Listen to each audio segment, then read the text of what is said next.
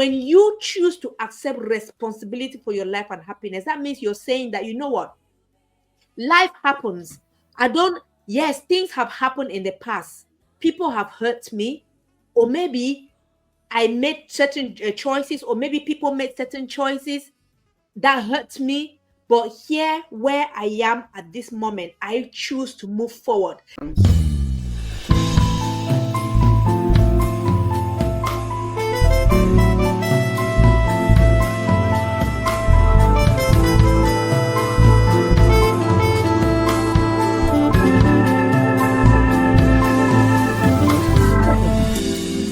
Arise and thrive. Hello. Good morning, good afternoon, good evening, wherever you are watching from. I hope you are doing great, and welcome to another amazing episode this week. Again, Nelly and I we're going to be diving into an interesting topic this week. Last week we started the discussion. This week we are continuing on the discussion. So I am so happy that you're here watching, whether you're watching live or you're going to be watching after. You are so welcome. And for anybody who doesn't know me, my name is Peggy Barre, and I am the survivor empowerment coach. I'm also a domestic abuse practitioner and the founder of Arise and Thrive Academy, where we inspire, empower women to heal, to rebuild, and to become confident and resilient parents. I'm going to pass you now to Nelly to introduce herself, and then we can dive in. Over to you, Nelly. Hello, everyone. Welcome to yet another session. I am called Nelly Kwasunwi, a social worker, transformational life coach, and the founder or one of the directors of Hand in Hand Community CIC, where we work with families to promote family unity. And our focus is mental health and emotional well-being, because we know in our community, that's a topic that we don't talk about, but yet we all experience loads of emotions in a day. So we work at raising awareness to reduce the stigma so then people can freely talk about mental health, emotional well-being, and get the help they need earlier than later when they're experiencing crisis. So for our session today, it is a continuation of last session, like Peggy talked about, and it's about how to build your confidence after a difficult relationship breakdown or divorce. So that's what we are going to dive in today. Absolutely. I'm so excited about this topic today because Nelly and I have been through it. Yes, we are not ashamed to say we've been through it. We've gone through the journey. We've gone through the pain. We've gone through everything that you can talk about when it comes to this particular topic. And the reason why we said we're going to talk about it because it is something that we struggle with. And just like Nelly said, especially about mental health, is something that it affects us mentally, and we kind of hide behind it, or we disguise it. I always say relationship is a beautiful thing. It was a gift that was given to from our creator to human to mankind. And sometimes we get into a relationship, we don't go into a relationship with the premeditative intention that that relationship is going to break down. No, we go into a relationship knowing that we're going in there with for love, we're going there for everything that we can think of, and we want the relationship to be a loving, lasting, fulfilling relationship. But like I always say, life happens. Things will happen. It might be our choices. We make certain choices. And unfortunately, when we make some certain choices, it affects us. The consequences of those choices are also painful. So when it happens and things are no longer working, where do we start from? This is why it is very important that when it happens, the aftermath of that breakup in relationship, the aftermath of that, whether it's a divorce or it's a separation, that aftermath is very, very important, because it is going to either make us or break us. And guess what? It's not just going to be our children, about us. It's also going to either make our children or break our children. So the way we deal with it is very, very important. And that is why we said, you know what, we're going to talk about it today, because I've seen, and I'm sure Nelly as well have seen, a lot of parents within the community that are struggling from the aftermath of breakup or separation or divorce. And it is not good.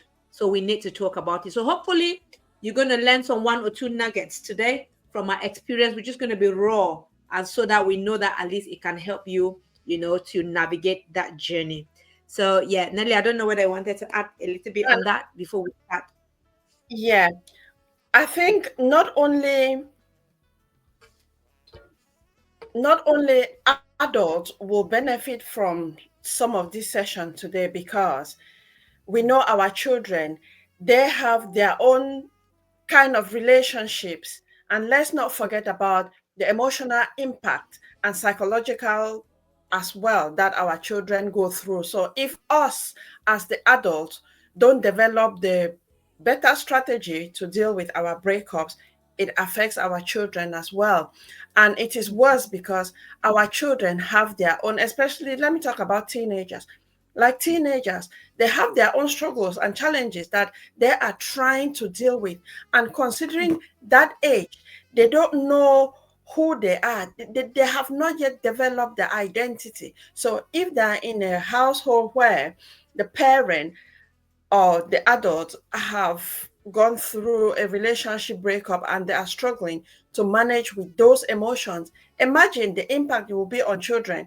Because as teenagers, they will always blame themselves that because they'll always blame themselves that it is because of them that the relationship ended and things like that, because they don't have a full understanding of what is going on. So this is really, really important that we talk about it so that our children will learn from us when we have gone through or develop healthy ways of dealing with the breakups, especially with our confidence, because it is commonly said that fake it until you make it, but there are certain ones that you cannot really fake it. So it's to Mm-mm. put in the work to heal. So yeah, that's just what I wanted to add. Absolutely. And Nelly, we've been talking about, in the other session when we talk about children, our children, their safety. If you want to Mm. look, and that's safeguarding, it's all about safeguarding children. If you want to look at the underlying what we've been discussing, it's all about how confident are we as parents to raise up our children in such a way that we build a holistic support of a holistic network of relationship, being confident in those relationships, so that we know that we can be confident as parents, we can be confident in ourselves, as well as being able to teach our children to be confident, as well as being able to defend our children or defend ourselves wherever we find ourselves in terms of social services. So this is why I've, I've seen many people, not many people, Nelly, I'll go back to myself, as I shared last time. I don't know whether let me just say this before you go on your first point, because we're going to just go straight into the steps on how to rebuild your confidence.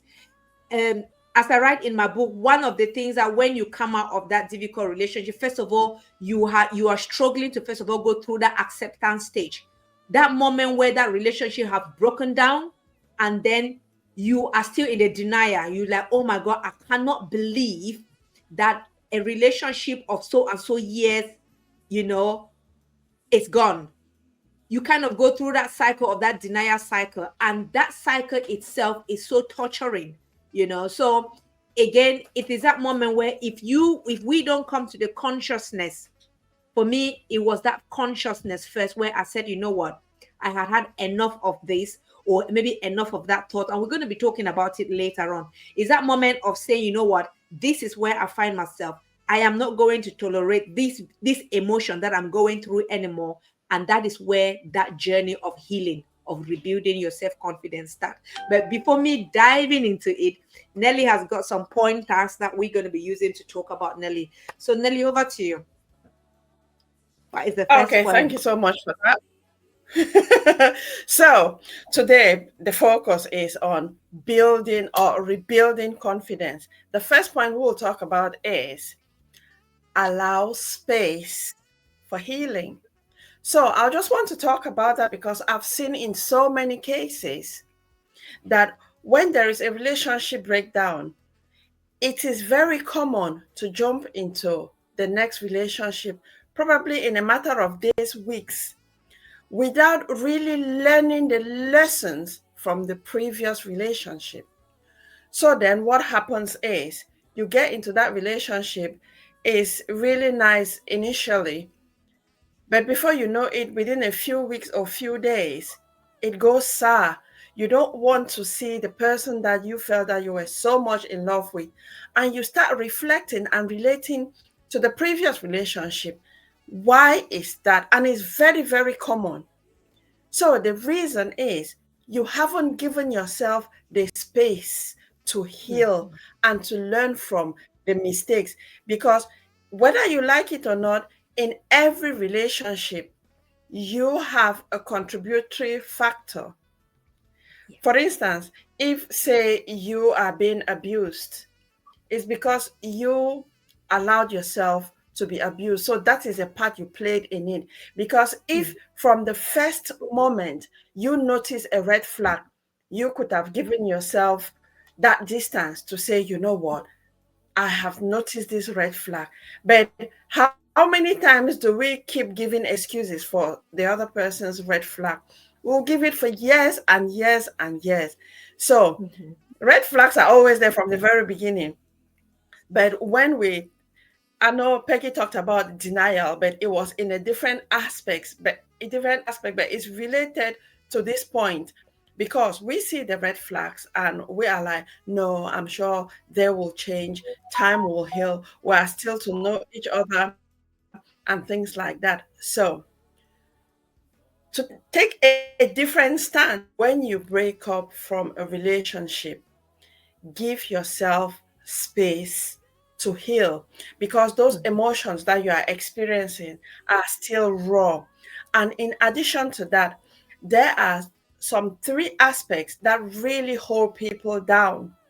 One, mhm, you have the shame that, oh, I've been in this relationship for how many years? Probably I've got children, I've known the families, and so on. There's that shame that how will they judge you and things like that. The second one is mhm, the guilt that you'll be feeling that, oh, probably I've let the other person down, I've let my children down, and things like that. And the third is regret. mhm. So these three aspects, shame, guilt, and regret, they hold people back from making the changes that they need to make in their lives. So I'll hand that over to you before I come back to this point, Peggy. Yeah, when you were talking, Nelly, I was just like, do you, I always say those key emotions, those four emotions you mentioned are a key. I would say that for me, when I came out of the relationship, again, like I said, that moment of crying and crying and feeling pity, having my pity party. Sometimes I don't even have a shower. Sometimes I don't even eat. I take my kid, go drop them in school. When I come back, I just sit and I cry and cry and cry and cry.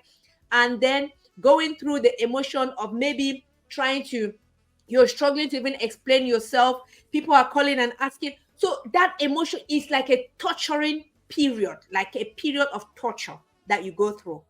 So for me, when I realized that I was going through down a hill, I was going down a slope that I did not want. That slope that I was taking was very, very dangerous, not just for my health, it was dangerous for my children because every day they came back and saw me in pool of tears. I think they were not feeling okay. That is when they started feeling like, maybe it's their fault. So for me, I needed to do something, not if not for me, but for my children. I needed to pull myself together. Yes, I was going through that guilt, as Nelly said. You know, when you're asking question, but what did I do wrong? What I should have done this or I should have done that, and all of that. And the most important thing is that when we come out of that situation, the most important element for us is not to blame ourselves. It's more like we need to go deep into the situation that happened, because like Nelly said, it takes two to tango. We are not perfect beings. There are certain things that maybe we said something, we did something, maybe we did not do something, or whatever. I always say, when you look, when you focus the lens on yourself, that is the important aspect of you to heal faster, because you are focusing the lens on yourself and saying that, hang on, maybe I was so naive, or maybe I was so passive, or maybe I wasn't alert enough to actually to have spotted these red flags. Because if I was assertive or confident enough, I would have said no to this behavior or no to that behavior. But because maybe I was so passive, I wasn't confident enough. So again, it's about looking back into ourselves and saying that, what is it that I have learned from this relationship, and what are the lessons that I'm taking forward? When you think that way, it empowers you. Because for me, that was a moment of empowering me to say, okay, now I'm going to move forward. I'm not going to cry any longer. I'm going to wipe my tears. I'm going to move forward. Anything that I did not know in my development, in my growth journey, I'm going to learn those things. Maybe I did not know how to communicate. I'm going to learn how to communicate. Maybe I wasn't assertive. I'm going to learn how to be assertive. So that for me, and Nelly, was that in igniting consciousness, as I write in my book. That was the first step. I ignited consciousness of who I was at that time. What were my weaknesses? What were my strengths? I hung on to my strength, and then I improved. I worked on my weaknesses, which today I'm a better person. And I always say that what I know today, maybe if I knew before my relationship, maybe there are certain things that I wouldn't have tolerated, and maybe things would have just been different. Who knows? So for me, it was that igniting consciousness. And like Nelly say, when we ignite consciousness, that is when we start dealing with our emotions, start dealing with the guilt, dealing with the rejection, dealing with whatever thing we are feeling, because that is not who we are. That is not who we are. We need to make sure we embrace a more empowering belief about ourselves. So for me, that was a starting point of my journey to becoming a confident me. So yeah, I don't know if that makes sense, Nelly. Yeah, I mean, in igniting consciousness, that is massive because Yeah, it contradicts the denial. It's the opposite of denial.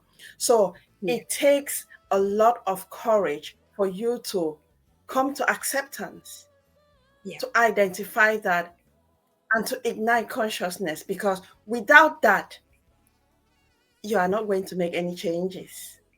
No. Because we are all emotional beings, people cling on to the emotions. Hmm. And when we cling on to emotions, you see people become very reactive. Yeah. We want to stay in the abusive relationships because we are scared.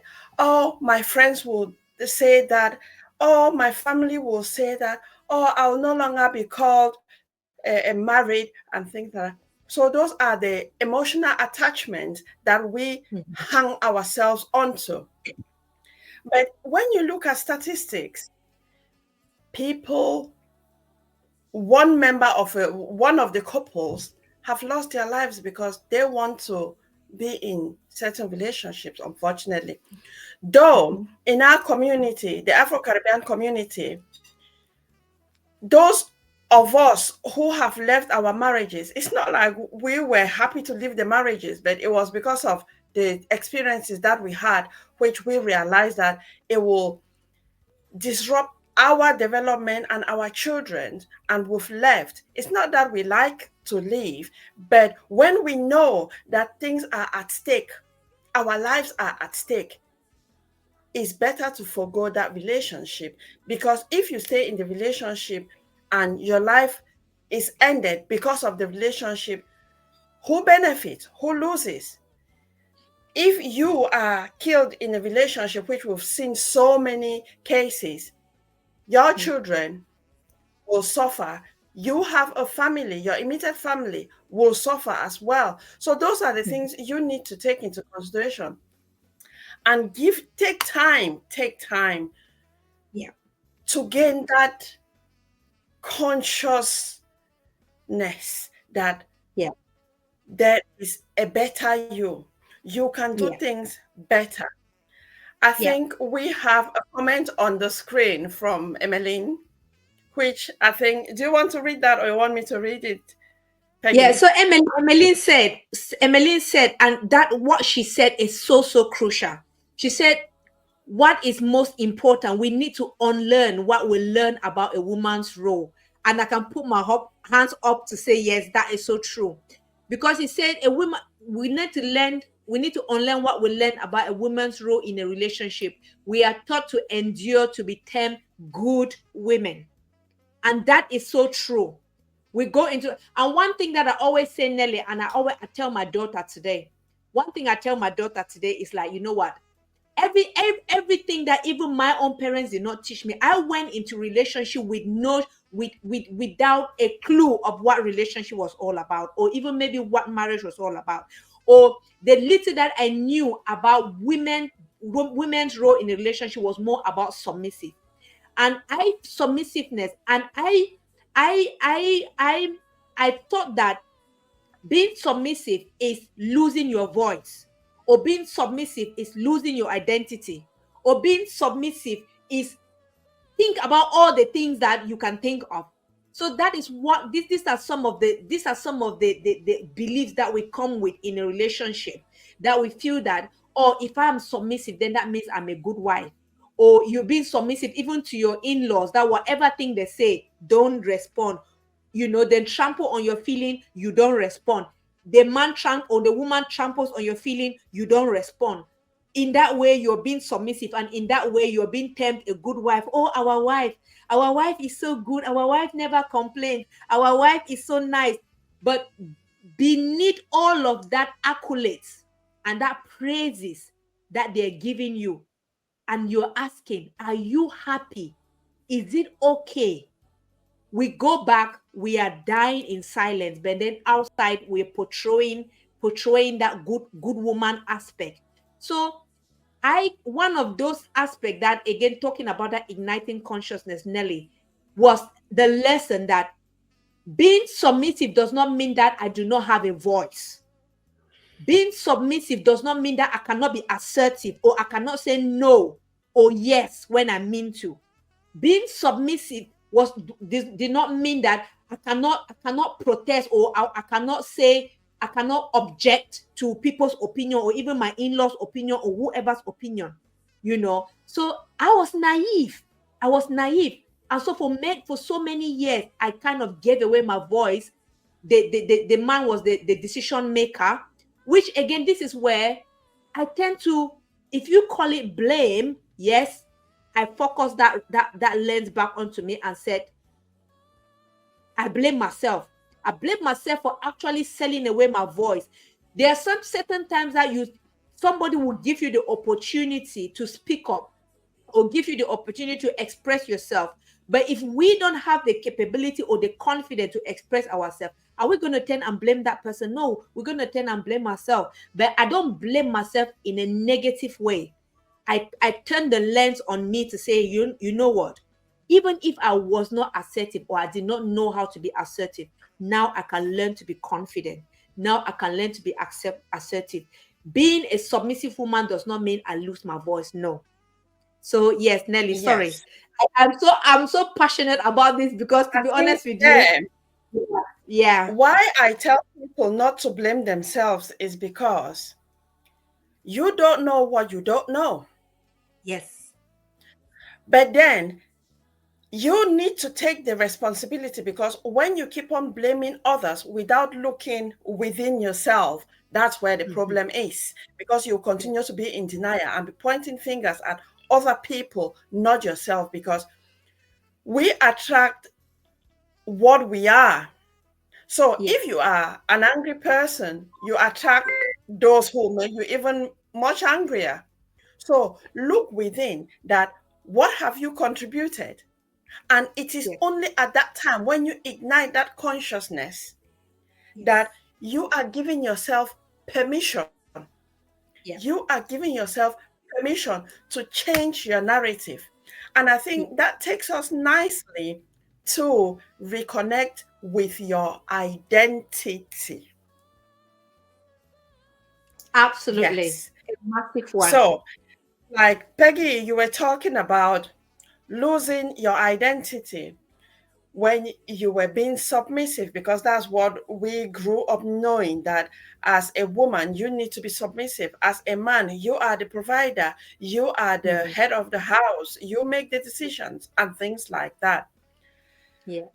And then when, like, women start having children, it even gets worse, because they're not just a housewife, they are a mother, they have children to cater for, they are mostly the primary caregivers for their children. And you just lose the sense of who you really are, because then you focus on these other responsibilities that you have. And then Mhm. when you ask, like in so many cases, when I mean, I'm so curious, and I ask so many odd questions, because I just want to know how people are thinking, how what people are going through, and then I chip in my own little help. So Yeah. I know from my experience being a mother for so many years, I would leave my house to go to the shop that I want to get even a bra or a knickers for myself. But then when I go, I'll be in the shop probably for hours. The unfortunate thing is, I'll come back home and realize that I got things for the children, for the house, but nothing for myself. And I've talked about this with other mothers, other parents, and they're doing exactly the same thing. And that is how we start chipping away our identity, because a lot of us, we don't even remember the things that we used to like.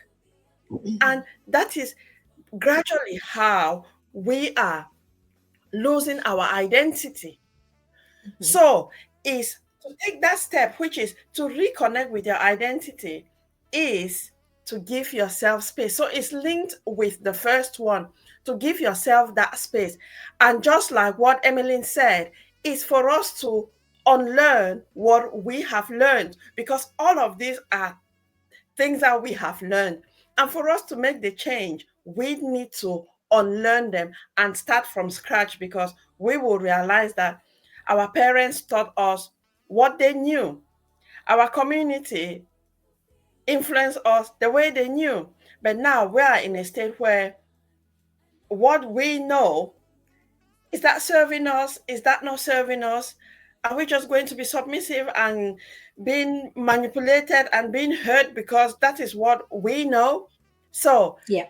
I go back to Emmeline's point, that we need to unlearn what we have Yes. learned, because we realize that all that we think is reality, we have been Yeah. fooled. Yeah. We have been Absolutely. fooled. So we need to unlearn. So Absolutely. let me just read what Emmeline has said, that blaming oneself is not a bad idea. It's more about self examination, dropping the negatives and picking up the positives. Self blame is bad when you wallow. Sorry, my eyes are not too good, so I'm struggling to see my screen, but I just want to read this, Emily.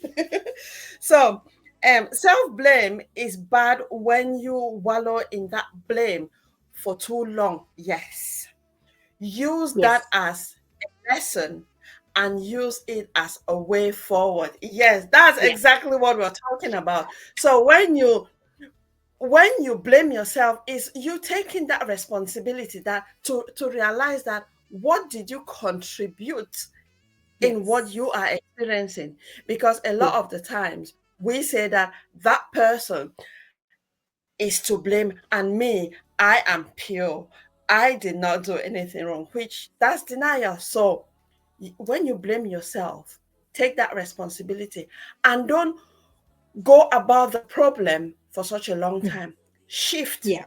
to solutions. Yeah. Yeah. Absolutely. So thank you so much, Emily. Absolutely. That was powerful. Yeah. Absolutely. So what Emmeline said that is so so powerful because you know, Nelly, in my role of supporting as a domestic abuse practitioner, if I tell you the majority of people or of women or even men that I support, the majority of the ones that are stuck in the same cycle are the ones that do not want to accept responsibility. They're the ones that are they have the victim mindset, right? The victim mindset is that mindset of saying everybody is wrong except me.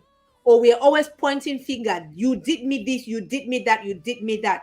Without actually self-examining yourself, but what is your own thing that you did? And just like Emmeline said, self-examination or self-blame is not a bad thing. It's a tool for me. It's a catalyst. Some if you read my book, every chapter that I write in my book, I draw the lens back to me.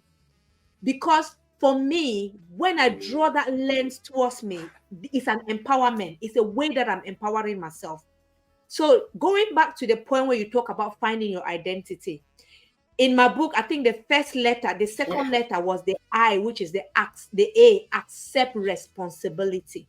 Nelly, one of the way that I started rebuilding my confidence was to accept full responsibility for my life and my happiness. And when you choose to accept responsibility for your life and happiness, that means you're saying that, you know what? Life happens. I don't, yes, things have happened in the past. People have hurt me, or maybe I made certain choices, or maybe people made certain choices that hurt me. But here, where I am at this moment, I choose to move forward. And so I'm accepting full responsibility for my life and my happiness. I'm not going to blame anybody. I'm not going to blame. And if, in fact, if by any means I would thank people who led me to go through what I went through, because without them, I wouldn't have been who I am today. I always see that as a gratitude. In fact, I am so grateful to them. Maybe they don't even realize it. Maybe that's why sometimes I see them. I'm always happy, and they're wondering why is this woman always happy? No, it's because I am grateful. I am happy because what I went through, it made me a better person. And so I am accepting full responsibility for my life and happiness. I'm not going to sit there blaming anybody. That is their own decision. If they want to improve their own self and work on their own self, that is their business. But for me, I choose to rebuild my confidence. I choose to unlearn my beliefs and relearn new one. I choose to become a better me, because I'm not only doing it for me, I'm doing it for my children so that they don't go down that route as well. So, yes, Nelly, as you said, finding your identity is very important. And before you find that identity, you need to, first of all, have a mindset of accepting your life, that now going forward, I choose to move forward.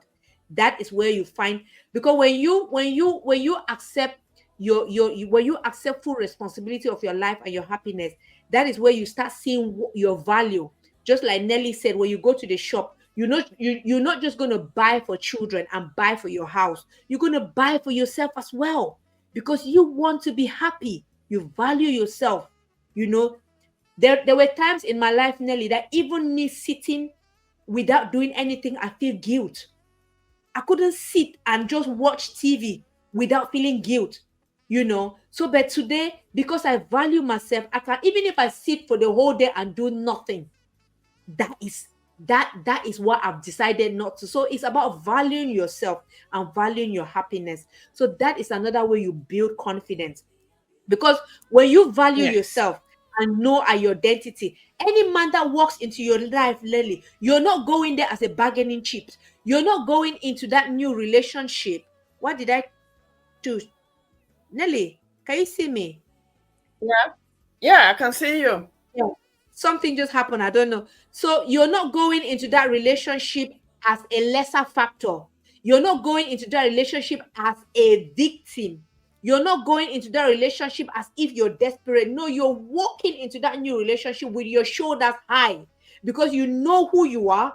You know your identity. You've learned your lessons. You know you've learned empowering belief. And when you sit on that table with that new partner, Nelly, I think your language is going to be different. And that is where you Yeah. start to spot all those signs, those red flags straight away, because you yourself, you're a better version. Sorry, I can talk for England, but Nelly, I'll Yeah. leave you to, I yeah, mean, you've mentioned just so many points. I know we have so many points to go through. I just want to yeah, talk again on reconnect with your identity. So, yeah, as adults, we are told that as an adult, you don't have to do this or you don't have to do that because you are an adult. And I say those are all masks that we put on. So, to yeah, reconnect with your identity, you need to start focusing on the things that you enjoy doing, which is linked to yeah, your purpose. So, I'll yeah, give an example with myself when I started reconnecting with my identity. So, I did not know for so many years that I could dance, that I even like dancing. But when mm, I started reconnecting with myself, there was a day I went for a party and I was on the dance floor. I couldn't even believe that I was on the dance floor. And I was on the dance floor from when the music started, when the dancing started, till when I was leaving. And I came back, I could not believe myself. And I kept thinking that where did this dancing come from? Because even my steps, I was like, anyway, as time went on, I would sit, I would just want to dance. Even if I go to an occasion, if I'm the only one on the dance floor, I will dance as if the dance floor is full. In my house, I will put on music and I will dance. So when my children notice that I was just dancing, sometimes it will be like a Saturday morning when I'm not working, I will dance alone until I'll be sweating. When my mm, children, the first times that my children noticed, they came and they were like, Mom, are you drunk? I'm like, seriously? This is just early morning. Why would I be drinking? And by the way, if I drink alcohol, I don't drink much. So why would you be asking me if I'm drunk? They will say, "Oh, but how can you just be dancing alone and you are so?" I'm like, Just leave me. There's something going on in my life." So they notice for so many times, and they're like, "Oh, that's just mom." And now I just realized that if I go even on the street, if they play that music that touches me in the right spot, I don't mind it. I dance on the street. And my children are like, "Mom, you're embarrassing us." I'm like, so now they are just used to, and that's something that I grew up with. And I've just remembered that I am a very playful person. And mm, when it comes to the time to play, I play like there's no tomorrows. So those are the kind of things that give me joy. And that is yeah, me reconnecting with my identity. Because when I don't like it when things are serious, though sometimes I can be very, very serious. But even mhm, if I'm passing on an information, I like to pass it in an informal way because that is how I understand, that is how my brain works. So for you, is to identify or is to reconnect yourself with your identity, whatever it is, and go back, reflect on when you were a child. What were mhm, those things, or what was that thing that yeah, you used to do? Even if it was raining, you would concentrate and do it, or you could do it for hours and hours. You'll not even feel hungry. You'll be cold, but you won't even really want to attend to that. Just think about it because that is where your identity lies.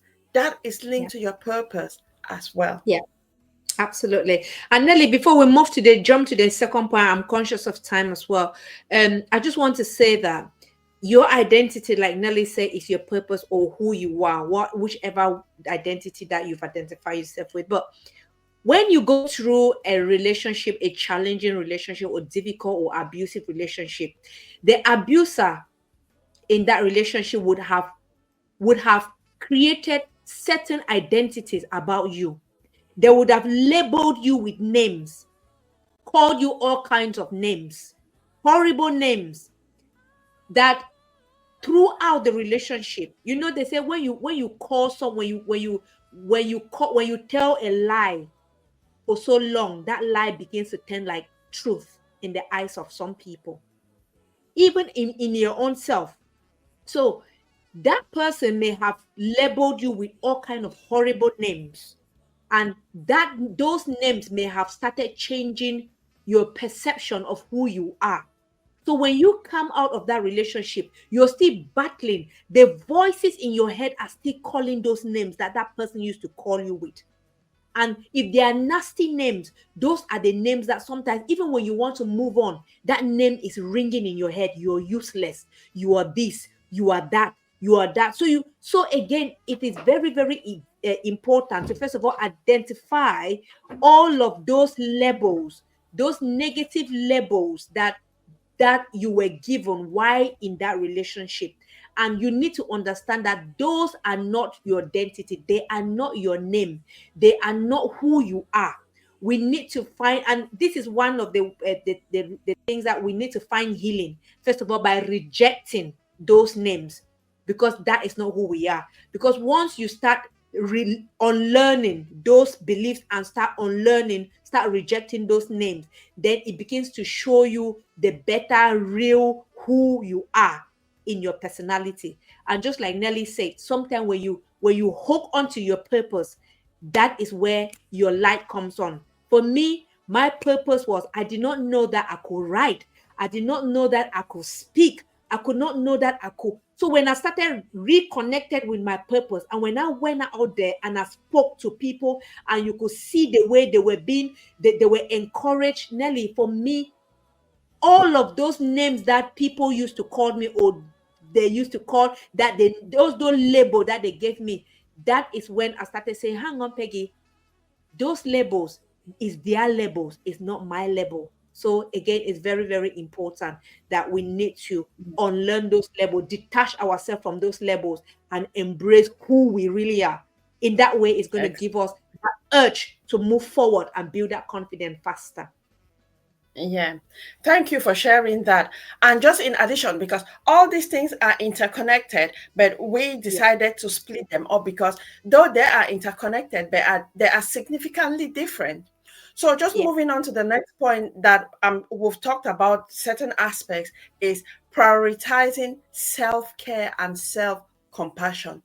You need to Yes, love yourself because yes. imagine, how can you love someone else when you don't love yourself? That's just Mm, pretense. And that's what a lot of us do because we want to be in that loving relationship, but then we are holding grudges with the other yeah. person. Like now, you see a lot of couples when they're outside, they are like holding hands, but then when they get in the car to go back home, no one is talking to each other and probably for weeks and months. But when they're outside, so why would you allow yourself to be going through Mm, that? So you need to prioritize your self care because if you put boundaries that, listen, I will not be pretending in front of the public because that is your public self. Whereas yeah. your private self, the wee hours of the morning when it is quiet, when that's the Mm, time you are meant to have the best sleep. But then thoughts keep on going through your head and you can't sleep.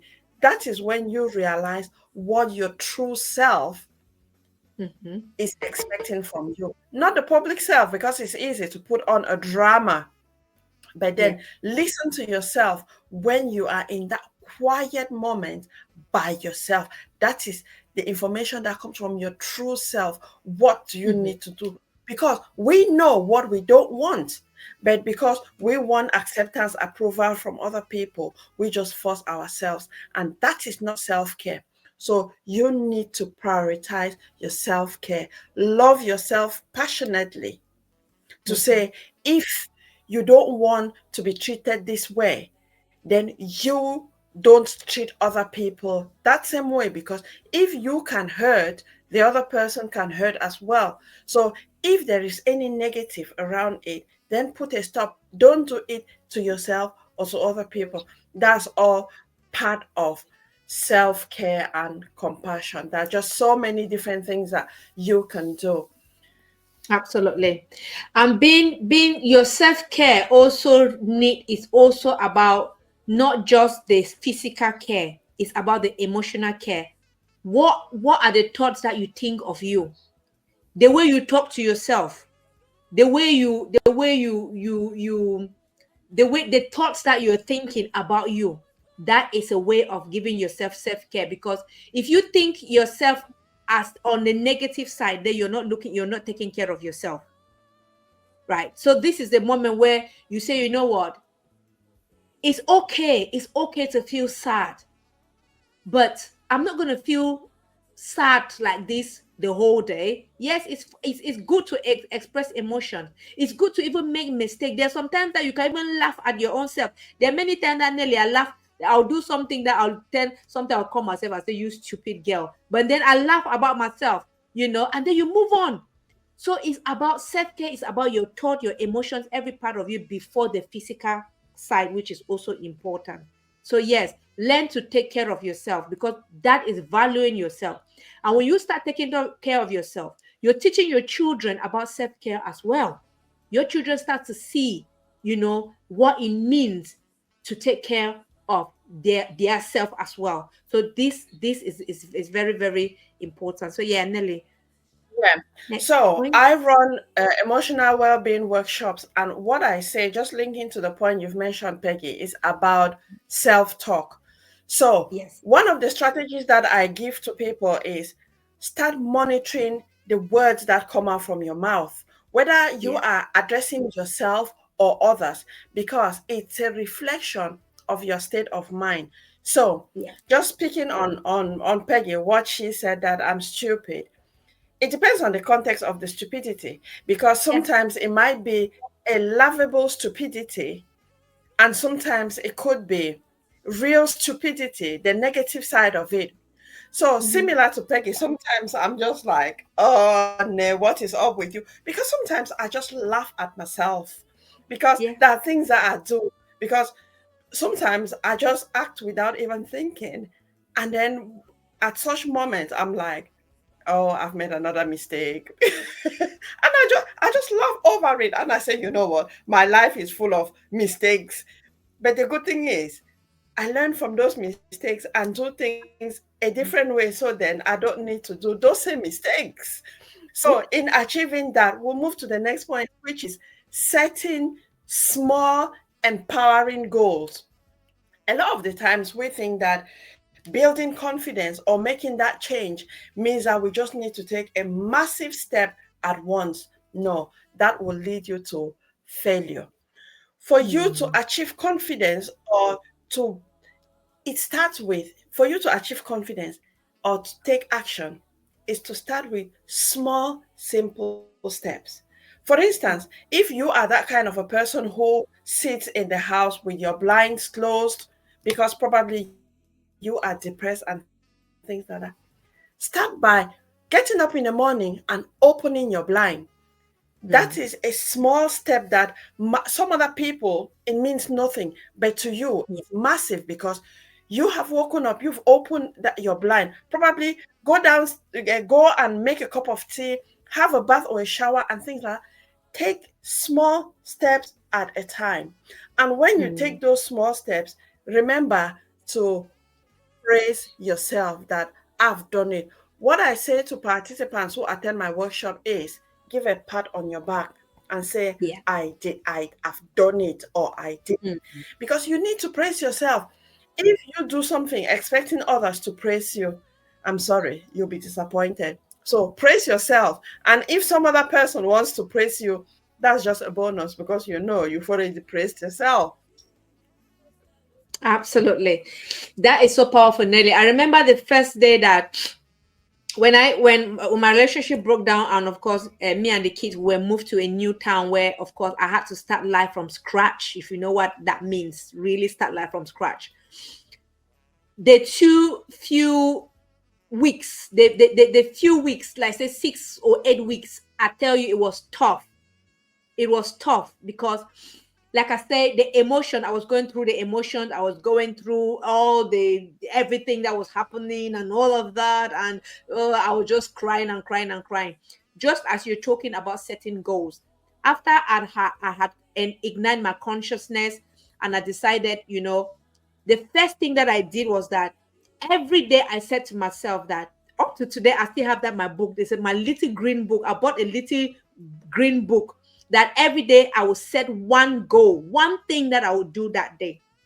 And if it is just meant me dressing nice and going somewhere, I will do it and go, even without the money, because that day, back then, I was even struggling to even feed.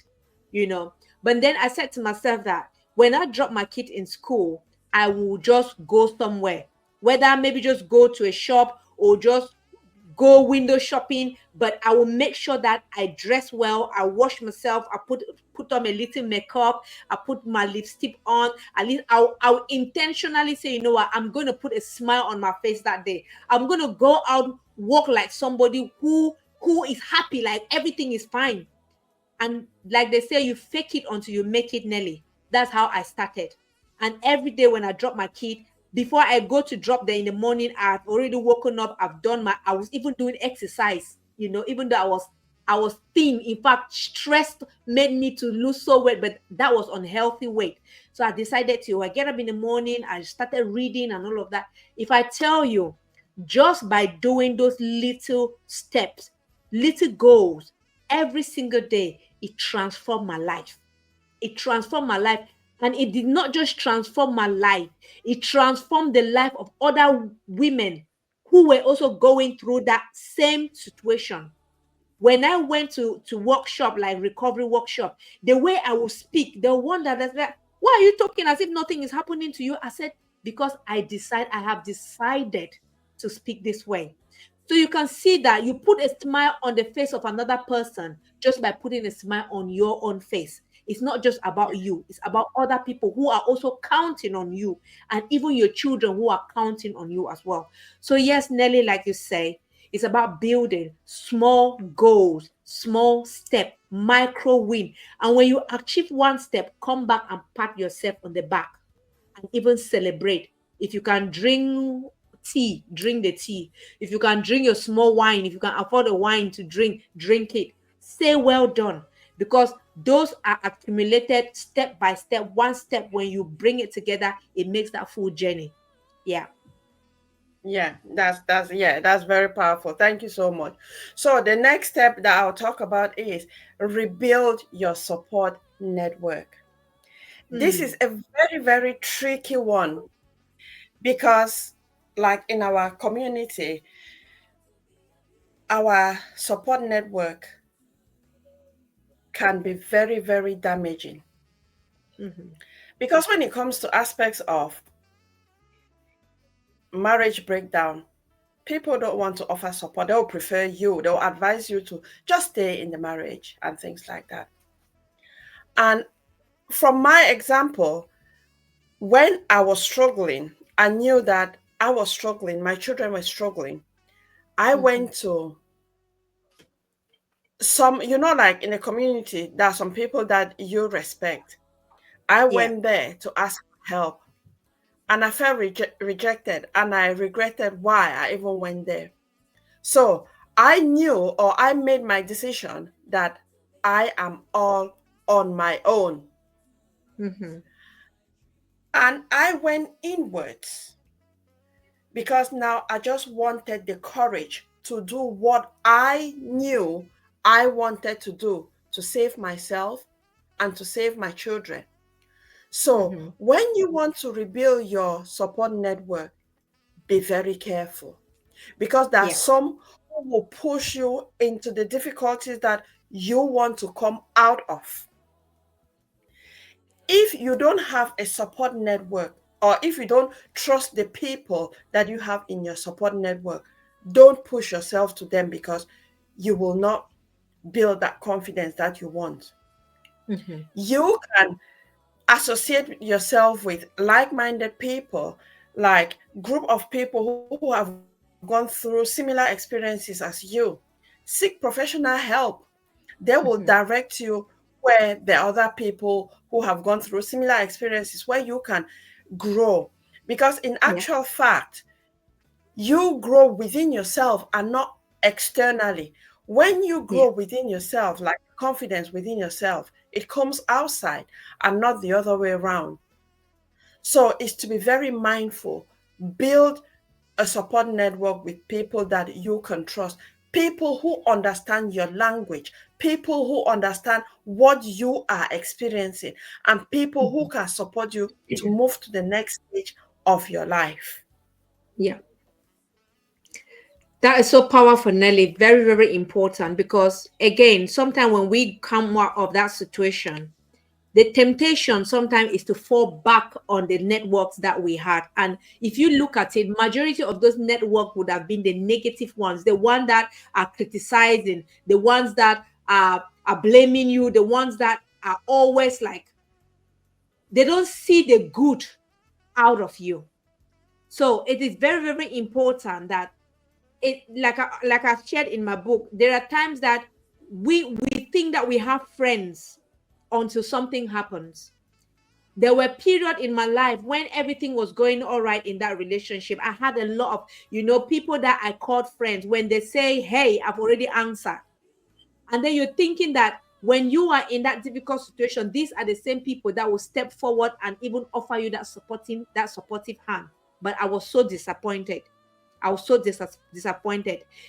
Some of them, they did not even want to get involved. No, I don't want to get involved. They say between man and woman, no, don't put your mouth inside. But again, it's not about putting your mouth inside. It's just about asking me, hey, how are you doing? How are you coping? Just simple things like that.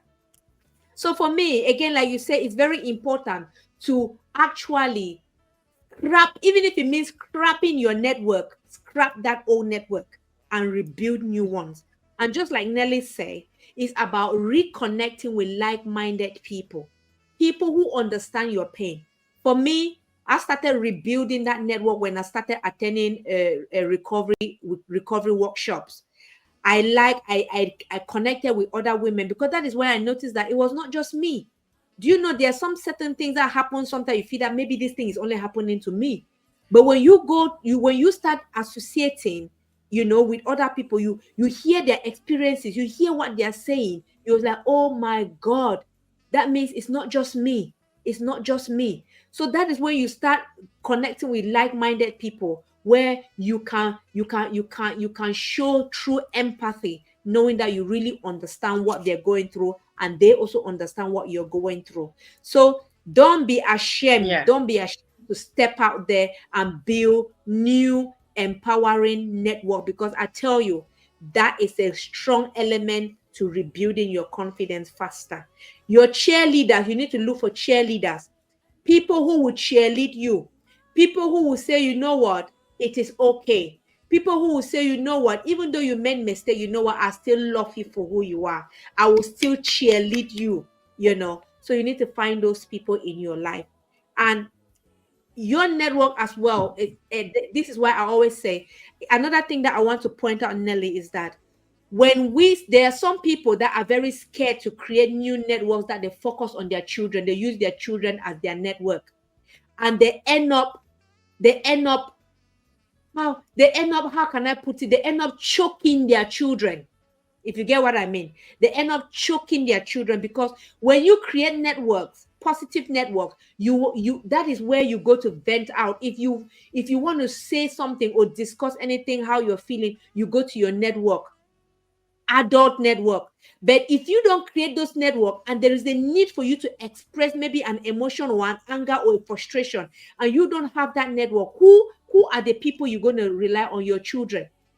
You're going to start expressing those feelings, those emotions to your children, and maybe your children are also dealing with their own difficulties. You don't want to overpower them with your own yes, it's good to chat, it's good to express, but don't don't make your children your support network, because when you make them your support network, you're gonna be pouring out your emotions on them when maybe those children actually need somebody to rely on or fall back on as well. Nelly, I don't know if that makes sense. Maybe from your perspective you can add a little bit on that if you think. Yeah.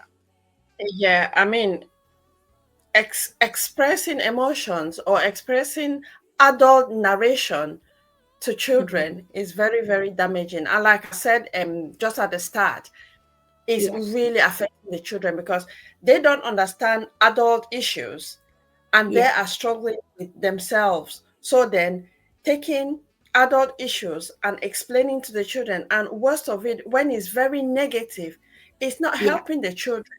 So this fits in nicely with our last point, for you to reframe Yeah.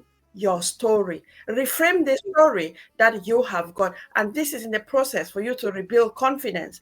So if you have been the person who has been blaming others, playing the victim game, take a step back to find out what you have been contributing in that relationship. Then Mm. you need to reframe, change the story you have been telling yourself first. Because you don't, if you go and you're telling people that, oh, they did that, but I did nothing, I was just, you are fooling yourself.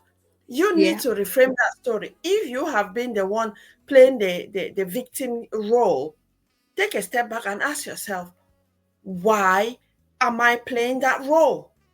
Mm. What would I benefit from that role? Yeah. I want to stop that role because it's not helping me. I keep on going over the same problems. Now I want to change and look at solutions. What Yeah. do I need to look for? What do I want? So then all these points that we've talked about will just fit in nicely somewhere. So reframe the story. Yes. Absolutely. Reframe the story is absolutely very, very important.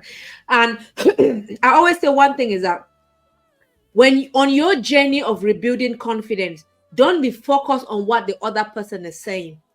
Be focused on what you yourself knows about you. That is how you reframe your story. Is that is where you say whatever thing they've said or the names they've called you, that is not who you are. You want to rewrite your story of who you are. And it's very important to rewrite that story, not just for you, but for our children. We want to have a different legacy. We want to create a different legacy. Yes, maybe we had made mistake or maybe things happen and all of that. We've learned the lesson. We've taken the lesson. And now what do we do with that lesson? So it is what we do with the lesson that is very, very important. So Yeah. these are steps that we take to build our confidence. Like Nelly have said, first of all, number one, you need to find a space to heal. Find a space to heal. Give yourself time to heal. Detach yourself. If it means detach yourself and find that space to heal. And it's about igniting that consciousness where you say, you know what, I've had enough of this. I want this for myself. The second point we've talked about is finding your identity. Who are you? You are not the people, you're not the names that people have called you, you're not the label that people have labeled you. Who are you? Until you find who you are, that is where your journey of rebuilding your confidence becomes even easier and faster. We've talked about self-care. Nelly have talked about we need to practice self-care. Care for ourselves emotionally, physically, psychologically. Let's not feel guilty about caring. Self care does not mean selfishness. No. Self care just means you love you. And until you love you, nobody else is going to love you. You need to show yourself. You cannot give what you don't have. When you care for yourself, you love yourself. That is what you can give others. And even in the relationship that you're moving into, you need to heal before you even think of moving into another relationship. Because if you don't heal and learn how to take care of yourself, that relationship that you're going into, I bet you will not be able to take care of yourself even in that relationship. And that cycle of abuse is going to continue. So learn to take care of yourself. We've talked about, Nelly have talked about connect with supportive network. even if it means erasing or disconnecting from those negative community or network that you had, you can do so for your mental sanity. Sometimes it's even good to there. It is not a crime to block certain people if by doing so will actually speed up your healing, right? So you need to do that for yourself. Reconnect with like-minded people, people who understand you and people who understand your story and your journey, that they can help you to heal faster, as well as you can also help them to heal. So it has to be that click, that connectivity of like-minded people. And Nelly talked about we need to reframe our story. Yes, change the narrative. The narrative that people have known about you is not who you are. You can rewrite your story in a way that you will leave a lasting legacy. It is not where you're coming from that matter, it's where you're going to and how that journey is going to end. That is what matters. So Yeah. I think that summarizes what with those key five key points of us rebuilding our confidence. And like we say, when you rebuild your confidence, you will change every aspect about you. You will actually look yourself like Nelly. Nelly goes today everywhere and she dance because she has rebuilt her confidence. She's a confident woman. That's why she would dance without even caring whether who is looking or who says what. She's just expressing herself in who she is. And that is how we need to also do, rebuild our confidence. And we don't care what people say. Let's just be who. Life is short. Life is so short to sit and thinking about what are people going to say, what are the community going to say, what. No, life is so short. If you wake up today and somebody said to you that, Peggy, you have 24 hours to live, how are you going to live that 24 hours? That is how we need to start viewing things. Yeah. So Nelly, I don't know whether you have something else before we round up.